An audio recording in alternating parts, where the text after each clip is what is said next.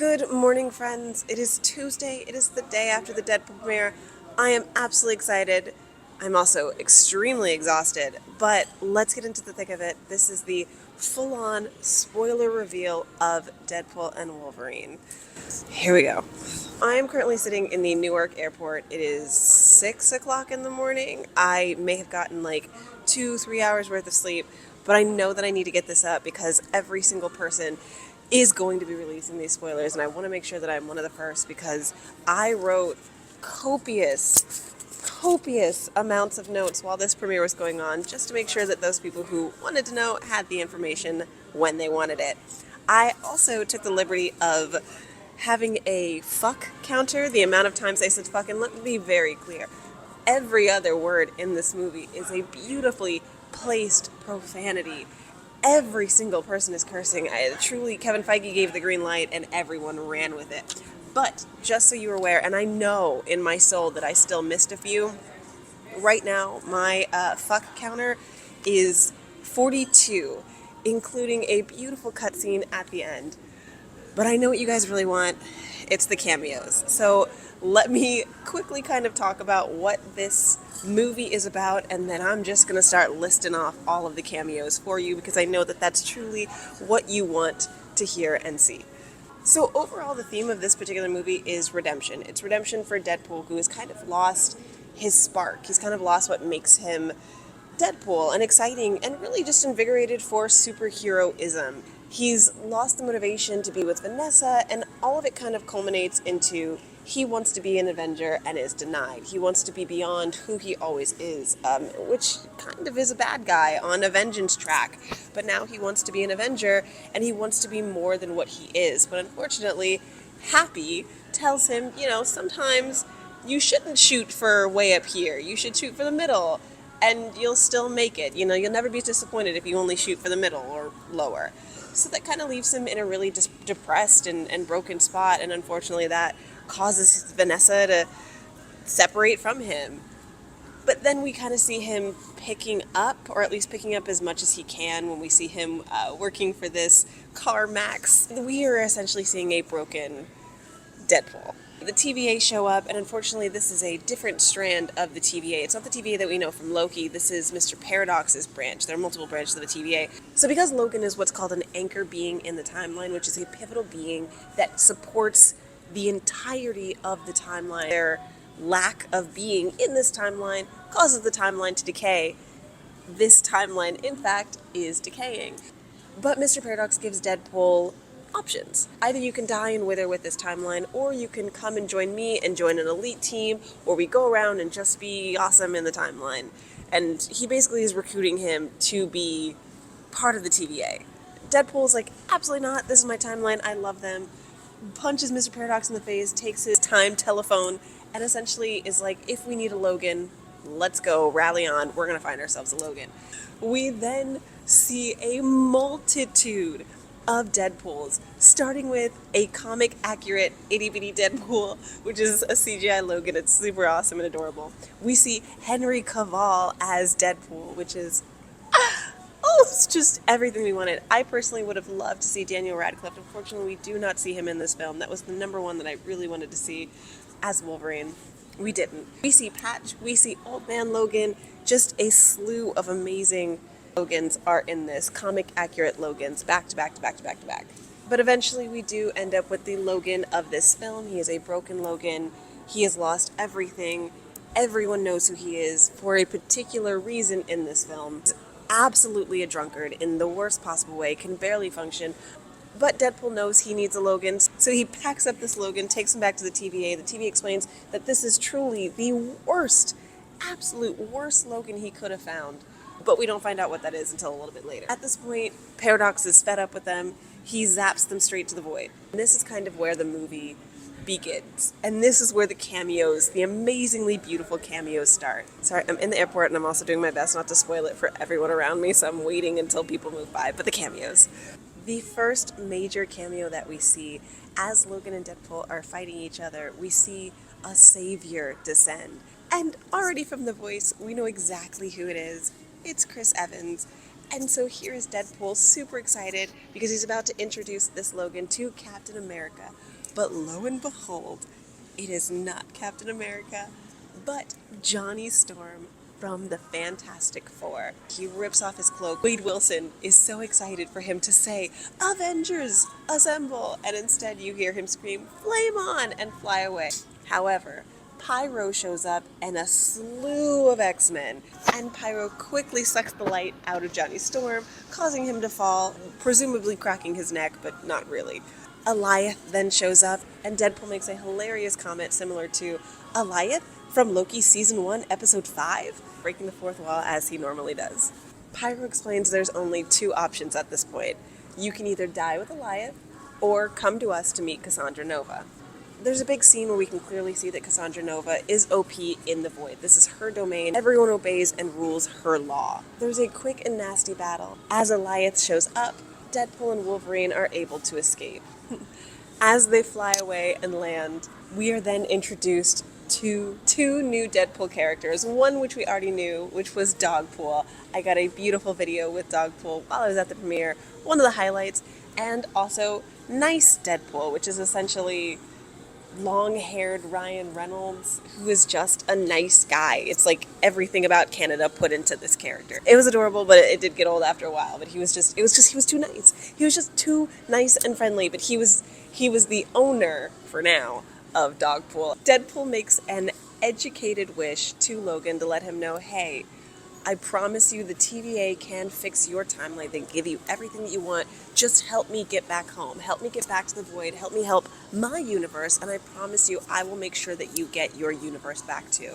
There are a bunch of Honda Odyssey jokes around. Happy Deadpool gives them that Honda Odyssey. There's probably 3 major Wolverine Deadpool, I'm going to call them brawls, just cat fights between them that are just epic in nature and graphic and gruesome and just boys being boys in the worst possible way and in the best possible way. Bloody, gory, creative, unique, bloody ass battles. I think my favorite is Baby Knife. Baby Knife was used a religious amount of times. It was just funny. It's just so funny. This movie is so funny. It's so funny. In their need to escape, they end up after one of these bloody battles, someone shows up to take them back to their camp.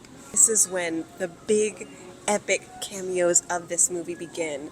The very first person that we see show up is Elektra. Jennifer Garner's Elektra shows up. The audience goes crazy. After that, we are introduced to an old grade Blade, followed shortly by truly the greatest moment, Channing Tatum as Gambit. Full accent, just so charming, wonderful, the full suit, perfect and amazing. And of course, then we are introduced to Laura, who was the one that carried them both back. They explained that the TVA, as the TVA does, has removed them from our timeline, and it's honestly a nod to our universe. Like, we've forgotten these characters, we've given up on these characters, and so they are essentially in the void. It was kind of a meta approach to explaining how we've treated these comic book heroes who essentially built this entire superhero universe. I mean, you can say you don't like the Elektra film, but you can't argue that all of these early superheroes are the reasons why we have Marvel, DC, all of these superhero shows and enterprises now. And that all of these forgotten heroes are also at the mercy of Cassandra, and they're fed up. They talk about how their friend Johnny Storm, who earlier was de-skinned, they've all been kind of working together to survive in the void, but enough is enough, and they've decided to have a final stand, all pun intended, against Cassandra. The 6 of them, Gambit, Blade, Elektra, Deadpool, Laura, and Wolverine, all go to fight Cassandra, and the plan is, obviously, they don't have Magneto's helmet, they don't have a Charles to kind of suppress her, so what they're going to do is use Juggernaut's helmet to suppress Cassandra enough to force her to open a realm back to the TVA so that they can go and save their world and essentially kick Mr. Paradox's butt. And so that's essentially what they do. Logan has decided he doesn't want to be a bad guy. We have a backstory where we discover that Logan being a drunk asshole, was in fact drunk. But the humans, similar to what they explained in X-Men 97, the humans came and essentially murdered all of his friends. And Logan happened to be at a bar during this time, so he feels personally responsible. And because he felt personally responsible, he went on a vengeance spree against everyone. And that's how everyone in his timeline knows him, as the asshole who turned everyone against mutants because of his rage, because of his anger, because of his ire. But he decides to make a change, and instead he wants to save Cassandra. Deadpool wants to kill her because he's just fed up with her, but he wants to be the hero that Professor Xavier always thought he was. So he decides to save Cassandra. Cassandra sees this and is like, you know what? There was an amateur magician who was here a little bit ago. She does the wandy woo like Doctor Strange and opens a portal back to the TVA for them to escape to. And they do. All while Blade, Elektra, Gambit, and Laura watch them jump into this portal. Back home, we see Deadpool and Wolverine kind of annoyed and upset because all of this has happened. Another portal opens up, and this is when we see the Deadpool Corps in full action. We get to hear Blake Lively as Ladypool. We don't actually get to see her face come off, and so the only way that we got to figure out it was her, if you aren't familiar with her voice, is to see the cast list at the end. We see Kidpool, Babypool, it's just 100 different Deadpools, and of course, they have to fight their way through them all. It is the best, I think it's truly one of the best fight scenes that I've seen, and it's a one-shot. It's a one-shot of Deadpool and Wolverine just fighting straight through all of these Deadpools. It is beautiful. It's the best, for me, one of the best scenes in this entire film. Peter shows up, and we learn that there is a Peter in every timeline, and he essentially calms all of the Deadpools in this glorious Peter hug. All of the Deadpools love Peter, and so Deadpool and Wolverine are able to leave, go meet the TVA. But while all this is happening, Cassandra is annoyed and fed up with the TVA. She wanted to be left alone. They clearly have not left her alone, and so she decides, kind of fuck everything. If I can't be happy in the void, I'm going to destroy everything, all of the timelines, so that I can reign supreme in the void, the one place where I can be myself. Mr. Paradox has a device that he's been using to quickly eliminate these timelines rather than waiting thousands of years for them to dissipate on their own. He's got a device that he's using that makes it happen within 72 hours, and that's essentially what he did to Wade's timeline that put him on this path. But now Cassandra is going to use that to destroy every universe ever. Using her powers, it'll amplify it, and so that's her mission. Wade and Wolverine find that out, and Mr. Paradox explains that the only way to stop Cassandra, who is now putting her plan into motion, is to go down into the basement, and you have to connect these two ports, which will essentially supercharge everything, but it's atoms, it's molecules, so whoever goes down there and does this, that's it, you're done, you're fully eliminated from this timeline. There's a kerfuffle between Wade and Logan, but Logan essentially says, no, like, you're doing this so you can get back to those 9 people that you absolutely love and adore. I'm gonna do this, I have nothing, I've lost absolutely everyone, just say hi to your friends for me. But in perfect Deadpool fashion, of course that's not gonna fly, and so Deadpool does a bait and switch, and he decides to do it on his own. And as he is slowly leaving this existence, Logan appears, and they do it together. They save each other, and they save the universe, and it's beautiful. And we get to see this brotherhood, this love, this friendship that is culminated over 20 years. When all of this is said and done, when Cassandra is defeated, we see some TVA agents upstairs, and, Wade is like, yeah, now that I've done this, can you help Logan? Can you help Logan fix his timeline? And, they explain that Logan's journey is one that built him. There is no this Logan. There is no this journey without everything he went through. So there is no reason for him to go back. Everything that happened was supposed to happen. This Logan is the Logan of the timeline. And Deadpool gives a bunch of jokes about how he's going to be doing this until he's 90. So there is no old man Logan anymore. We have this Logan.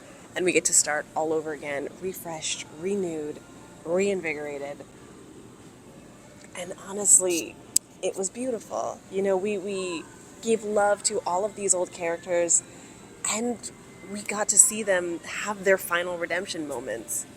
We got to see all of these characters that we know and love have a beautiful redemption, a beautiful farewell. And as the credits were rolling, we got to see the BTS of X-Men, of all of the X-Men, of all the 20th Century Fox superhero movies, of how a lot of these people, Hugh Jackman specifically, started.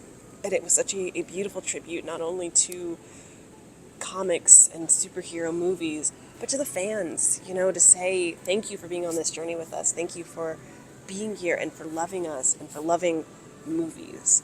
Because that's really what this is all about. It is the journey of audience and actor and storytelling. And I think Deadpool did that fantastically. Any hoodle. There are a lot of people showing up to this airport right now. That is my really quick and dirty spoiler. Obviously, there's little things that I'm going to do shorts on later, but that was my absolute quick and dirty, exhausted, spoiler-filled review of Deadpool and Wolverine.